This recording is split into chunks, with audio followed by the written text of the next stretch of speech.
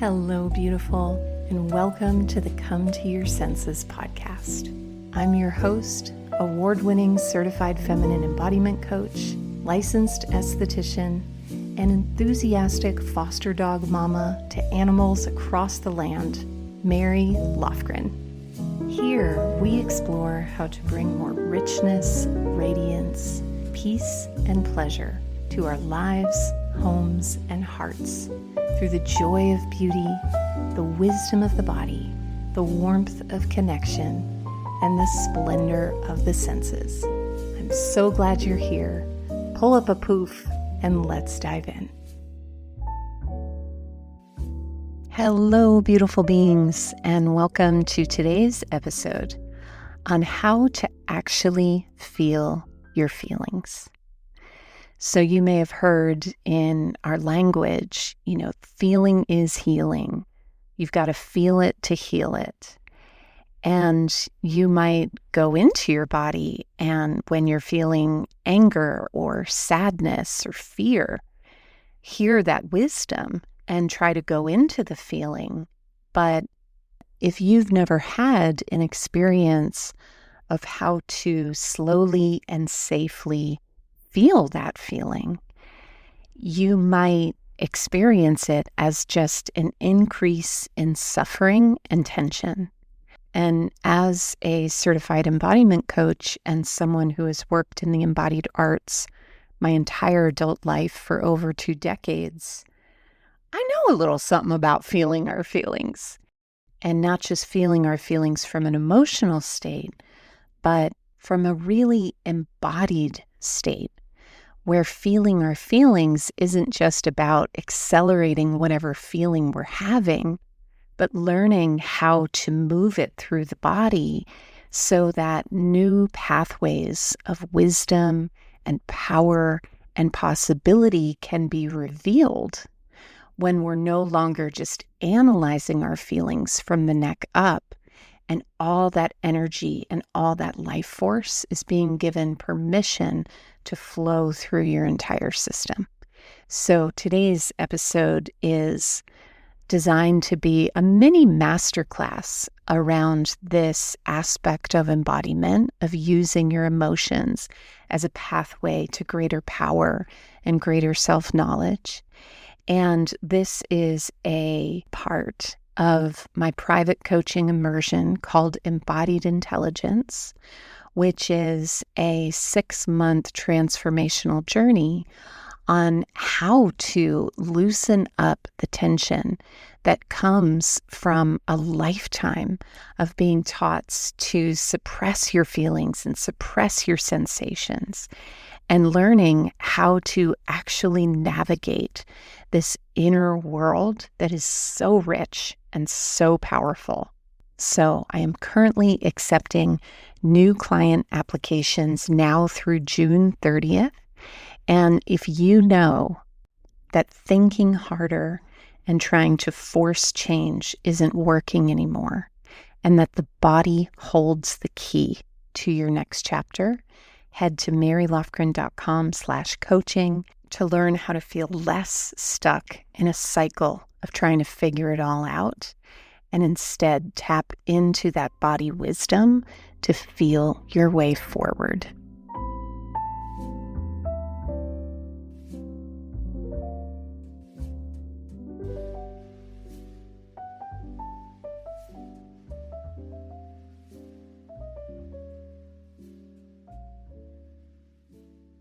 And so where we'll begin, if you've ever listened to this podcast before, you know that a really important aspect of learning and integrating any new information is not just knowing the how, but it is understanding the why, and why it can be so challenging to feel our feelings.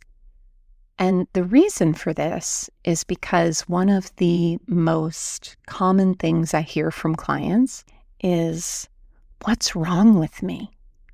What's wrong with me that I say yes when my body is saying no to more work at my job? What's wrong with me that in my relationship, I'm going through the motions because I don't want to hurt my partner's feelings, and yet my own feelings are suffering. And it makes total sense why that would be happening when you have been taught since you were a little one to suppress how you really feel. And this isn't just true for those of us who received direct messages from our caregivers, like teachers and parents and grandparents. It's true for our culture at large. We live in an extremely head-first style of being. Our brains and the pace of modern life outpaces our nervous system by several million years. If you were ever told when you were a kid in school to hold your pee until break time, if you were ever told to not be emotional in order to be professional, all of these send a subtle message to the wisdom and the intuition of the body that its truth and its natural instincts and impulses need to stay inside. And the consequence of that, there's a certain aspect of our bodies that aren't meant to feel all of our feelings. So if you felt everything, you probably wouldn't be able to wear clothes. If you felt everything all the time, our body has this adaptability for a reason. And in order to have, what's quote unquote considered a civilization, we do need to learn how to hold our peace sometimes. And we do need to restrict our instincts and impulses in order to not cause harm. And the consequence of this is that when that builds up over time, it results in all sorts of manifestations within the body-mind connection. So recently I was working with a client, and one of the things she wanted to work with is that she really wanted to feel more connected to her feminine energy, to her sensuality, but most of her time was taken up at a very masculine-oriented job. And she felt like it was inappropriate or that it wouldn't be welcome in the workplace to embody more of these aspects of herself. And during our session, one of the places where this showed up was in her neck. A lot of tension in her neck, this kind of repeated issue. And through the embodiment process, which is really an inside-out way of relating to what's actually happening inside of you. So as opposed to the outside in, oh, my neck is tense. I must be clenching my jaw too much. It must be how I'm sitting. Those are some examples of outside in. But from an inside out perspective, when we really listened and gave permission and welcomed what the neck was holding, what was revealed was a lifelong pattern of overriding her true body messages. So I mentioned some examples before, but in this case, it was taking on additional work so that she could perform and be accepted and excel at her job, even when her body was saying, no, I'm overwhelmed. This is too much already. It was stuffing her body into small, angular spaces and boxy clothing when what her body really craved was to breathe and to expand. In meetings, it's not common to say, okay, here's what I think, but let me pause to check in with what I feel.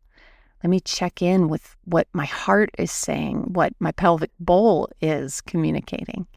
And so all of this tension and override was being concentrated in her neck, which makes a lot of sense because the neck is that pathway between the body and the mind. And when we unraveled some of this tension that the neck had been holding on to, this was a really powerful moment. And one of the things she said was, wow, my neck hasn't felt this relaxed in years. Because when the body could finally communicate its messaging, it felt safe to release that grip. And that's not to say that embodiment coaching is a diagnostic tool for treating tension or chronic health issues, but it isn't uncommon to be in a session and to be doing body listening and to suddenly feel a flush of relaxation in a part of the body that we didn't even realize was gripping on. And so this first gem on the road to feeling your feelings is to understand that feeling confused or uncomfortable or inept at this process of feeling your feelings isn't a character flaw or something wrong with you. It's a natural adaptation of your body-mind connection to move through the world and in order to have a different experience around this and release some of this stored attention so that new textures of power and clarity and grounded expression can move through. That's exactly what I'm going to share with you next, is some practical ways that you can shift this orientation and open up the life force that tension is blocking. So the body, when we talk about the body, we're often very familiar with the physical body. But there are many different aspects to the body that aren't necessarily as tangible as, say, your bicep or your index finger. So there's the mental body, all of the different things that your body keeps track of in your mind and reminds you of throughout the day or ruminates on.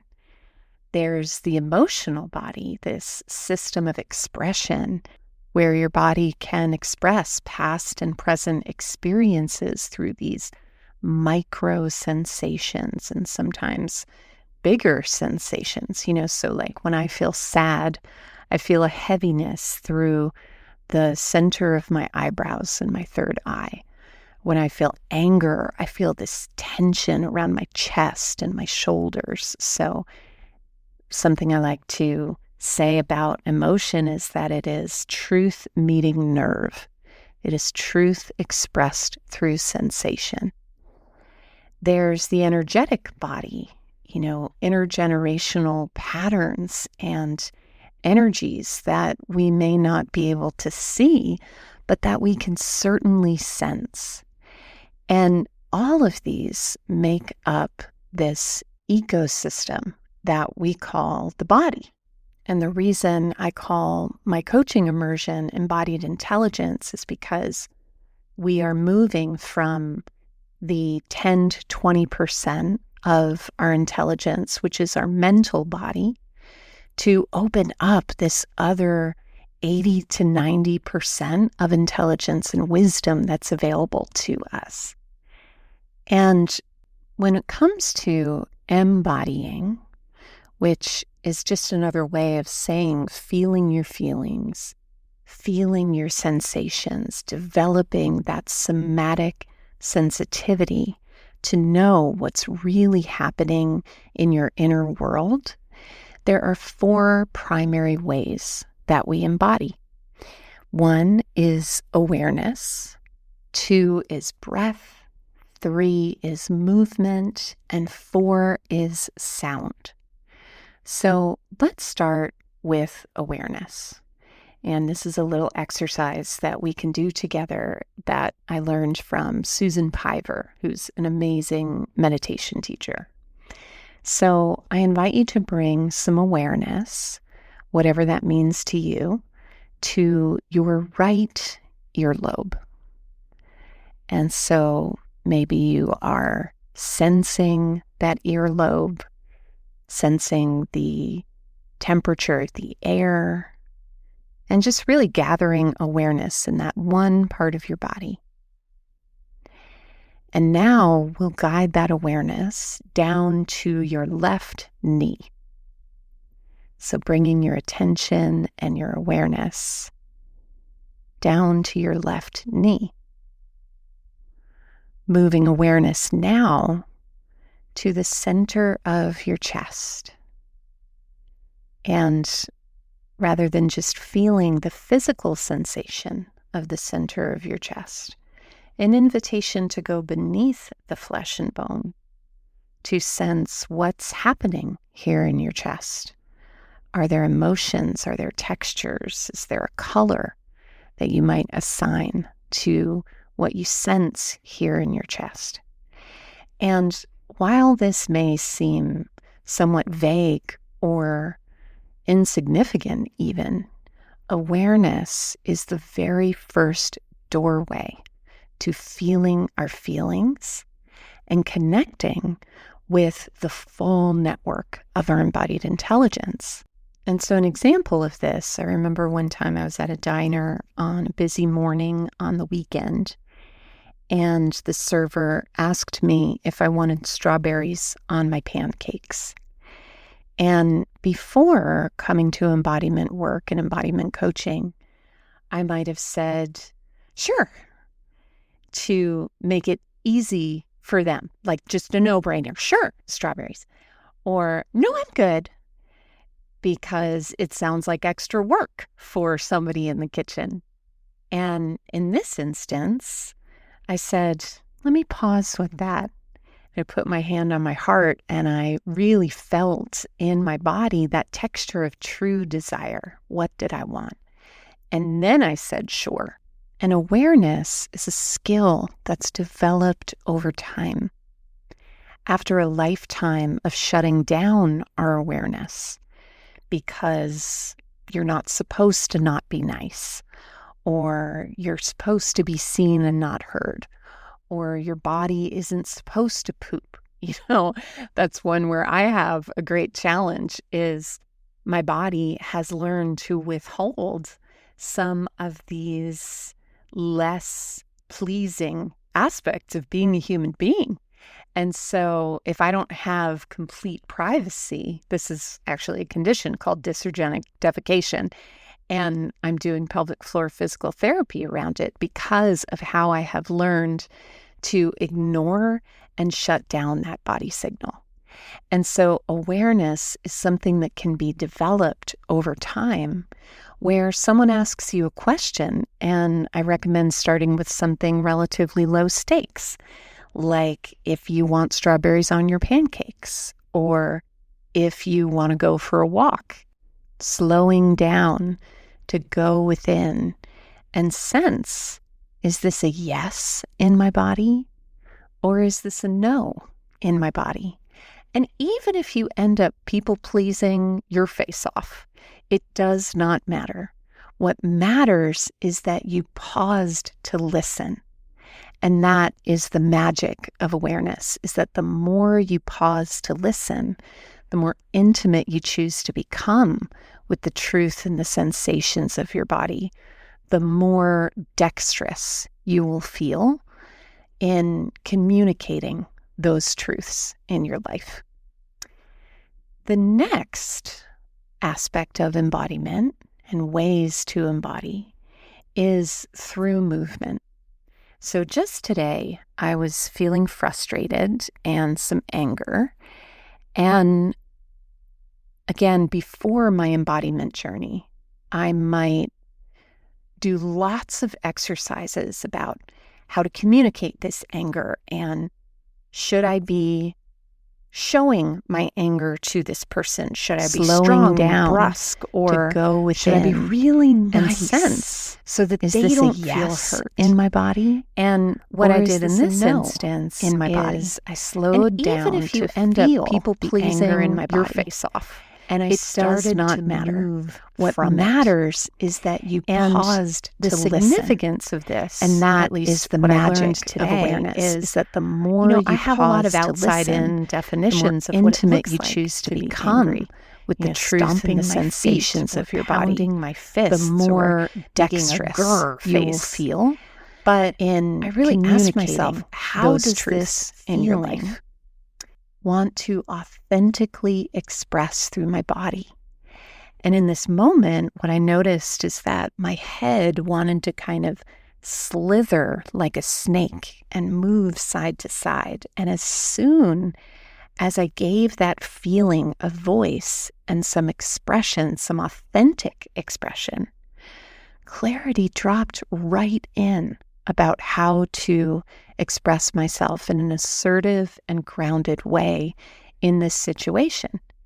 Because I wasn't feeling the feeling and then strategizing around it and trying to figure it out and trying to analyze it. I was simply allowing it to express and to be felt, and something new could reveal underneath that tension, rather than holding the tension in my body and trying to mentally masticate it away. So movement is a really powerful way to feel your feelings without getting stuck and frozen. The next is sound. And so in embodiment coaching, one of the things I'll often invite is, as we're moving, as we're breathing, as we're bringing awareness, is maybe this wants to come out as a sigh or sound. And this can often be the most vulnerable form of expression, because how many of us have been taught to suppress our truth and to keep it in the body rather than, much less communicating it, giving it some sort of primal expression through sound.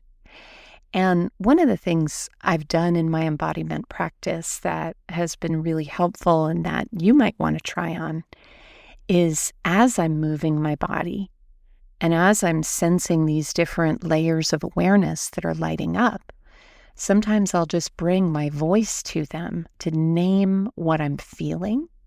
So if I do that right now, in the back of my body, I feel warmth and tightness. And the next loudest sensation that comes up is in my belly. I feel a heaviness. And the other day I was doing this practice and I noticed that when I would land my awareness on a certain part of my body, I would feel fear every single time. And that was really interesting to me. And I did a bit of unraveling and a bit of movement around that. And a whole new kind of feelings were revealed, and clarity and wisdom. And again, unraveling the tension of outside-in messaging so that my true self, my true authentic voice could find itself and help guide me and guide you when you do this practice, if you choose to do this practice, in the way forward that is most authentic and true for you, which no expert outside of you can even come close to. And the final method of how to feel your feelings is breath. Breath is one of the simplest ways to bring some of that expression and movement in what tends to be, everybody's body is different at different times, so this may or may not be true for you, but in what tends to be a really lovely starting point in terms of allowing the body to express. So whereas movement and vocalizing might feel more vulnerable because it's a more visible kind of expression, breath is more of an inside-out experience, and something that you can try on in your own life right now is, as you allow some awareness to move into your shoulders, an invitation to sense what you feel in your shoulders in this moment, and then to breathe from your shoulders, to breathe as your shoulders. And a lot of times you'll hear breathe into a certain part of the body, which can be great, but is, again, an outside-in approach, into, coming from the outside, going in. Whereas breathing as the shoulders, breathing from the shoulders, perhaps that might lead to some organic movement as you feel that, noticing what wants to happen next. It's like the shoulders get a bit of expression, and therefore there might be a little more room in the shoulders. Have you ever been in a conversation and you're like, oh God, if I don't say this, I'll die, Or if you're just catching up with a girlfriend or a friend and you just need to tell them all about a situation. It's like you need to open up some space in your body and in your psyche.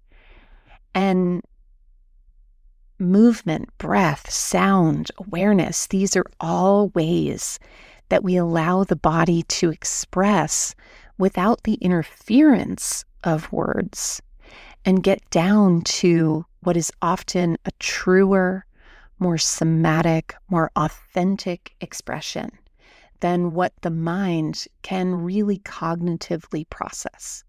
The mind is a really important part of this because, of course, we are going to communicate in words throughout our lives. But when we limit our expression to the mind alone, again, we cut off about 80% of our full intelligence, full wisdom, and full sense of truth and desire. And so if you have ever asked yourself, is this feeling my intuition or is it my fear?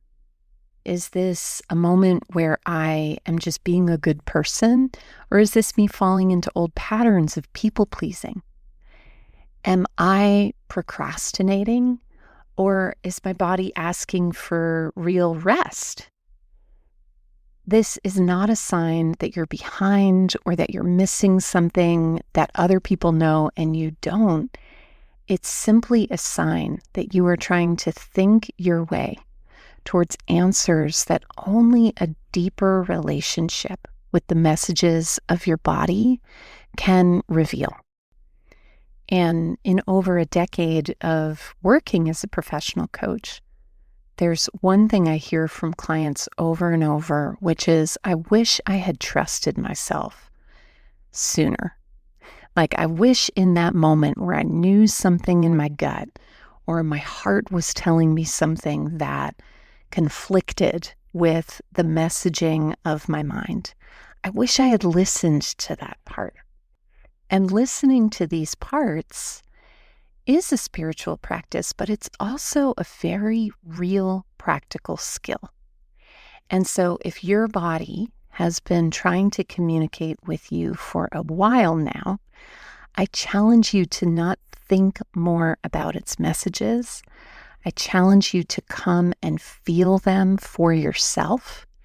And that's exactly what embodied intelligence is designed for. It's a 6-month experience where we work together in personal coaching, but where you also have a direct line to me through voice note and text, because the greatest changes and transformations of embodiment may happen in a session, but they really happen in our everyday life and in you building an at-home practice that lasts you a lifetime. So applications are open now through June 30th, and I would love to have a conversation with you about how we can open up more of the natural intelligence that is your birthright. MaryLofgren.com/coaching. Thank you so much for listening today, and I will see you in our next episode.